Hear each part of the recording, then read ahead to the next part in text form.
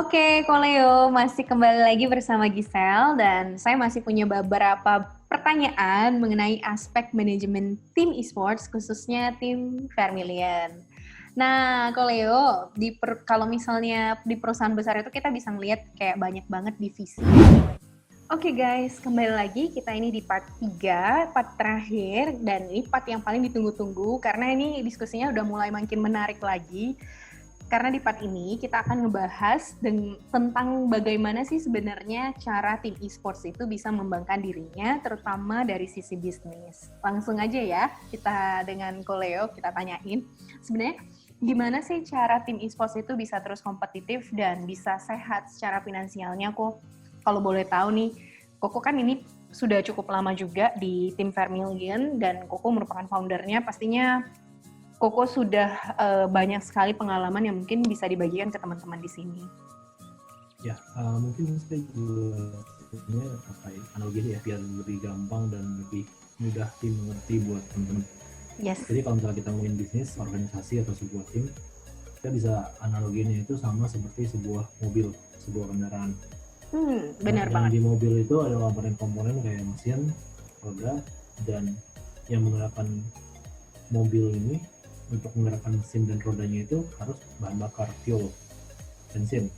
Ya. Dan kita bisa samain analoginya mobil ini sebagai sebuah timnya, mesinnya itu sebagai pemain atau manajemennya, dan roda ini yang pemain dan manajemennya. Mobil ini mengarah kemana arahan dari manajemen dan player mau, yaitu visi dan misi dari sebuah tim tersebut. Tapi apa yang bisa membuat mereka mengarahkan, bisa berjalan ke arah yang mereka mau, itu adalah fuel, bahan bakar, bensin kalau bahasa umumnya. Dan bensin ini kita bisa, bensin dalam mobil ini kalau dari analogi saya itu adalah uang. Jadi dia adalah yang menggerakkan mobil ini. Jadi kalau misalnya nggak ada bensinnya, ya kita harus dorong mobil yang mogok kan berarti kan. Bakal bisa berjalan tetap, tapi akan lebih lambat dibandingkan ada bensinnya. Jadi yang menggerakkan sebuah usaha, tim, atau organisasi ya pasti uang. Dan gimana cara kita dapetnya? Yes, modal itu bisa dari modal dasar, bisa dari investor jika ada. Dan kadang itu beberapa tim itu hanya fokus kayak, oh yang penting saya cari turnamen, saya menang, jadi saya bakal disponsorin. Padahal itu nggak semudah itu. Kalau kita ngomongin bisnis, kita ada input ini kita misalnya terima dana, pasti ada outputnya. Benar. Outputnya apa? Apakah promosi? Apakah harus ada target yang dicapai? Ada achievement gimana? Apakah harus ada kolaborasinya tertentu? Jadi kurang lebih sih seperti itu sih. Ada KPI-nya juga ya? Ada. Semua bagian itu ada KPI. Kayak misalnya, berarti kita menggunakan jasa desain feeds. Itu ada KPI-nya kan? Benar. Dalam satu bulan kita harus punya berapa konten, harus punya berapa feeds IG yang keluar. Kalau misalnya player dalam satu bulan kalian harus turnamen berapa kali dan menang berapa kali. Kalau nggak kita anggap itu underperform. Kalau kita sih 75% untuk turnamen kelas amatir di luar minor major. Yang 1 jutaan sampai 5 juta itu kita anggapnya harus 75% win. Itu KPI player.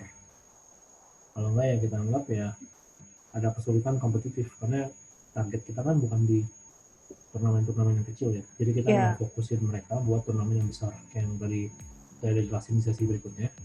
Waktu mereka latihan kan banyak. Kita yang pas waktu mereka latihan itu bukan hanya untuk menang turnamen kecil.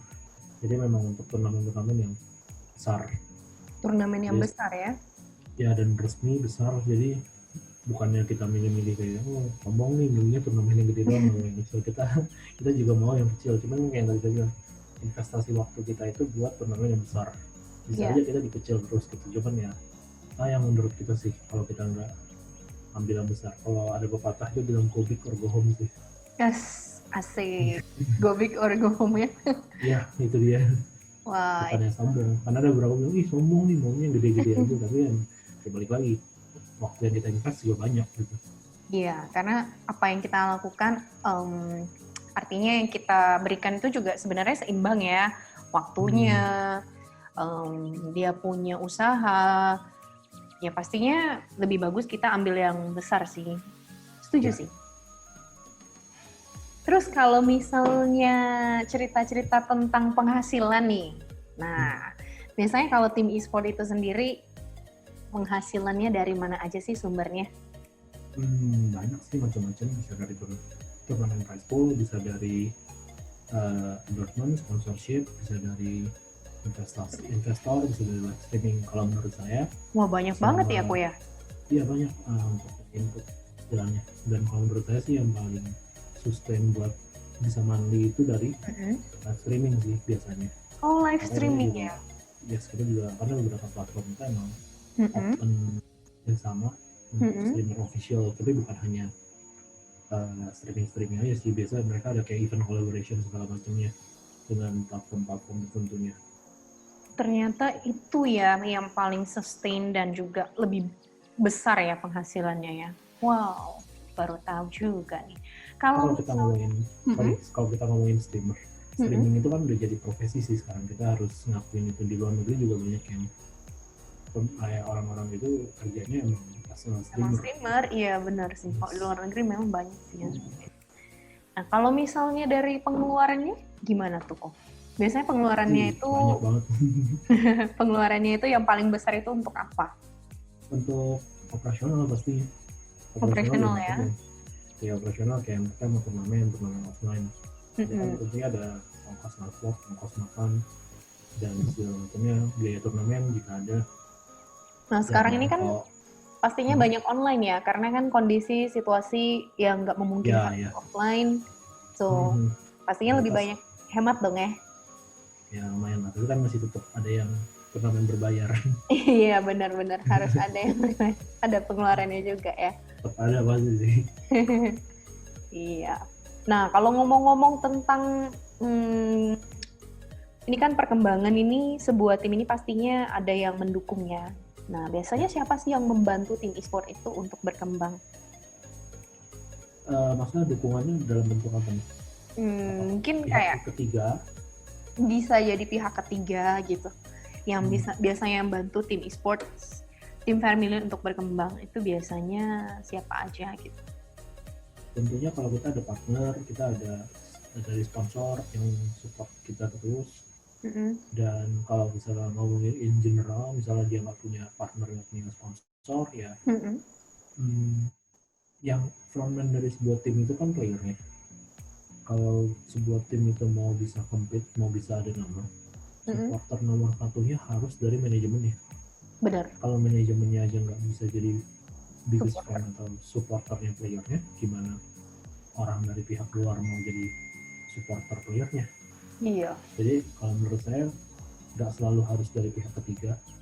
Kalau kalian memang manajemen, kalau kalian memang tim manajernya ya support player kalian. Benar. Kalian kalau perang mereka yang paling depan gitu, kita yang support mereka. Ya, iya justru yang paling berperan penting itu yang di belakangnya ya, yang mendukung mereka. Yang di belakang dan di depan sih kalau menurut saya sih. Jadi dua-duanya punya peran masing-masing. Soalnya ada beberapa manajemen saya lihat kayak ya udah, yang penting saya punya player saya tanding, mau menang kalah ya urusan belakangan. Jadi kayak nggak full support aja gitu. Support ini bukan hanya uang ya, moral, mental, dukungan yang kayak gitu juga diperlukan sih untuk main. Bener sih, harus ada, bukan hanya sekedar modal aja, bukan hanya uang aja ya, tapi moral, mental, ya semangat dan segala macam, banyak banget. Nah kalau misalnya ngomong-ngomong tentang bisnis nih kok, kita balik ke bisnis ya. Kalau tentang bisnis, biasanya yang brand-brand gitu, kriteria brand yang, apakah ada sebenarnya kriteria brand tertentu yang cocok dengan bisnisnya? E-sport maksudnya? Yes. Kalau saya sih pertimbangan pertama saya yang satu pasar, satu target market, satu audience e-sport itu kan di 15 sampai 25 tahun. Ada sih 13 tahun dulu, cuman lebih efektif di 15 sampai 25 tahun. 15 sampai 25 tahun ya? Yes, jadi kalau misalnya saya lihat masuk target pasar ya, dan sejalan sama bisnisnya, ya pasti saya coba untuk ajak kerjasama gitu. Kalau misalnya nggak masuk ya kita nggak bisa memaksakan kan. Iya. Ya contohnya misalnya kita ngajak kerjasama dengan jangan sebut brand kali ya. misalnya dengan salah satu apparel Industrinya aja. raket badminton misalnya. Oke. Brand raket badminton. Mm-mm. Itu kan udah out of context banget kan. Apa Iya. dengan badminton gitu. Jadi itu udah nggak relate sama sekali. Cuma ada beberapa perusahaan misalnya nggak relate juga, kayak perusahaan minuman apa gitu. Itu kan sebenarnya minumannya kan general kan, consumer goods gitu. Gak ada hubungannya sama e-sports. Ibaratnya semua orang juga butuh minuman itu gitu. Semua orang juga butuh air gitu kan. Tapi bisa aja mereka masuk as investor. Misalnya brand Kapur Barus, ekstrimnya nih. Ekstrimnya nih. Iya. Kapur Barus kan nggak ada hubungannya sama e-sports sekali kan. Nggak mungkin playernya mempromosikan Kapur Barus di timnya gitu kan. Saya pakai Kapur Barus mereknya itu udah nggak mungkin banget. Itu udah out of context banget. Dan bakal aneh juga dilihat dari audiensnya kan. Iya dong. Ini Kapur Barus gitu kan. Dilihatnya apa? Dan kalau biasanya kayak gitu yang udah out of context itu lebih ke investor di timnya sih. Berarti langsung mereka jadi langsung ke investor dong lah ya? Iya. Karena ya nggak mungkin outputnya promosi sih kalau menurut saya sih. Itu udah nggak mungkin relate. Jadi harus tentukan dulu kriteria brand yang seperti apa yang cocok dulu, baru bisa kita lihat gitu ya? Ya, kurang lebih sih mungkin kalau buat yang ngajuin sponsor ya. Kalau saya lihat kan banyak orang, saya pengen ngajuin sponsor nih. Tapi kesannya jadi kayak malak orang gitu. Kenapa gitu tuh? Karena saya sempat dengar cerita dari beberapa brand gitu, katanya ada yang sering ngajuin sponsor, misalnya minta nominal sekian nih, udah gitu ya udah minta aja nominal sekian, outputnya taruh namanya di baju. Itu kayak nggak setimpal aja gitu. Iya sih, benar. Kita harus mikirin outputnya juga, jangan kita mau enaknya aja, kita harus mikirin pihak sananya enaknya gimana gitu dari kita. Setuju sih. Nah, ngomong-ngomong tentang sponsor nih, Ko, gimana sih tipsnya? Boleh dong sharing tips untuk bisa mencari sponsor. Karena di sini pasti banyak yang penasaran juga kan, gimana sih caranya bisa dapat sponsor gitu. Oke. Tinggiin eksistensi, bikin tim kalian itu dikenal, mudah dikenali, punya logo yang gampang diingat, punya nama yang unik kayak Vermilion nama yang ya maksudnya ada filosofinya, ada basicnya gitu kan. Unik di sini berarti bukan nama itu pernah dipakai atau nama itu sudah umum di pasaran. Udah gitu ya, selama kita minta bukan prestasi mereka yang kita, bukan prestasi kita yang mereka mau gitu, tapi ada kayak apa output yang mereka bisa terima, input yang mereka bisa terima gitu, kayak untuk promosi kah atau untuk kerja sama event kah atau apa. Jadi yang kita pikirin tuh harus dari bukan enak di kitanya aja, tapi pihak sananya bisa dapat apa dari kita, dan apakah kita bisa memberikan apa yang mereka mau gitu. Jadi bukan hanya sekedar apa yang bisa kita dapatkan dari mereka, tapi kita harus perhatikan juga outputnya ya. Itu penting sekali berarti ya. Karena kalau bisa saya bilang ya, tentang orang Indonesia itu di e-sports terutama ya, mungkin beberapa kan masih pelajar atau kuliah, belum di usia yang pernah bekerja gitu. Jadi mereka kesannya ya seperti yang saya bilang kayak tadi, kasar itu kayak malak orang. Saya pengen nominal segini, cuman ya outputnya apa gitu. Kita harus mikirin timbal baliknya apa yang bisa kita berikan. Itu nggak hanya dalam permintaan sponsor aja sih, kadang rekrutmen player juga banyak yang seperti itu sih. Jadi udah kita menuntut lebih, tapi kita nggak bisa memberikan sesuatu juga ke pihak lainnya gitu. Iya, setuju sih. Koleo, thank you ya untuk sharing-sharingnya. Ini sebenarnya udah makin dapat gambaran ya, cukup jelas bagaimana sih sebenarnya tata kelola tim e-sports. Thank you banget loh, Ko. Kiranya mudah-mudahan informasi ini tuh bisa bermanfaat bagi teman-teman di sini ya yang nonton video kita. Nah, sebenarnya ini sempat ada penasaran juga sih, Vermilion saat ini ada buat event apa sih belakangan ini? Oh, kalau untuk komunitasnya kita ada lagi ngadain namanya weekly scrim programnya. Jadi kita buat scrim PUBG, PUBG itu weekly.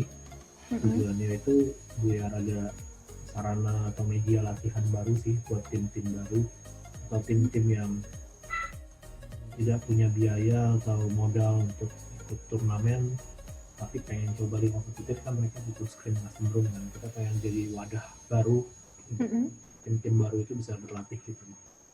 Nah kalau Jadi kita misalnya bikin untuk teman-teman yang nonton itu gimana caranya aku bisa ikutan event scrim ini? bisa kita selalu umumin ada di jadwal itu setiap weekend antara Jumat, Sabtu atau Minggu. Itu jadwalnya pasti kita selalu post di Instagram kita, sosial media kita. Kalau bisa ke sosial media kita, ke Instagram kita, di bagian link tree-nya itu ada WhatsApp, kontak ke admin WhatsApp-nya untuk tanyain info scrimnya, apakah ada di minggu ini atau tidak, dan registrasi di sana. Kita hanya buka 20 slot. Hanya 20 slot ya, berarti sangat terbatas lah ya. Iya makanya. Dan biasanya udah ikut minggu lalu sih langsung booking minggu depannya lagi. Karena ya kayak yang tadi saya bilang, mereka butuh sarana dan media buat latihan. Iya bener sih. Nah kalau misalnya, ini kan saya juga jadinya bingung nih, teman-teman juga bingung di sini. Sebenarnya apa sih yang membedakan scrim dari turnamen? Kalau scrim ini, kita untuk latih meta kita, latih rotasi kita. Kalau scrim kan mayoritas PUBG ya, kalau Mobile Legends kan pasti tim A tim B aja. Kalau PUBG kan bisa ada, kalau 20 slot ya berarti 20 tim gitu. Latih rotasi kita, latih strategi kita, seberapa efektif kita. Dan kalau turnamen itu kita udah menerapkan, jadi bukan melatih strategi kita di turnamen, tapi kita nerapin strategi yang udah kita latih di turnamen. Bedanya itu. Jadi ibaratnya scrim itu lesnya, ujian nasionalnya itu ya turnamen gitu. Kan kita nggak mungkin nggak belajar tiba-tiba kita langsung masuk turnamen kan, hasilnya kan nggak bakal optimal juga. Iya benar sih. Oke, luar biasa. Jadi ini sebenarnya kita dapat lagi insight tentang apa sih yang membedakan scrim dan turnamen. Kemudian ini kayaknya udah sampai ke penghujung acara ya, penghujung bincang-bincang kita kali ini. Nah, thank you banget untuk Koleo, thank you banget udah sharing-sharing di sini. Nah, semoga kiranya ini informasi yang kita berikan ini bisa bermanfaat bagi teman-teman yang nonton video ini. Ya, thank you Koleo. Oke, thank you. Iya, nah buat teman-teman jangan lupa ya untuk di subscribe untuk bisa ikutin terus episode literasi e-sport selanjutnya. Oke, bye-bye.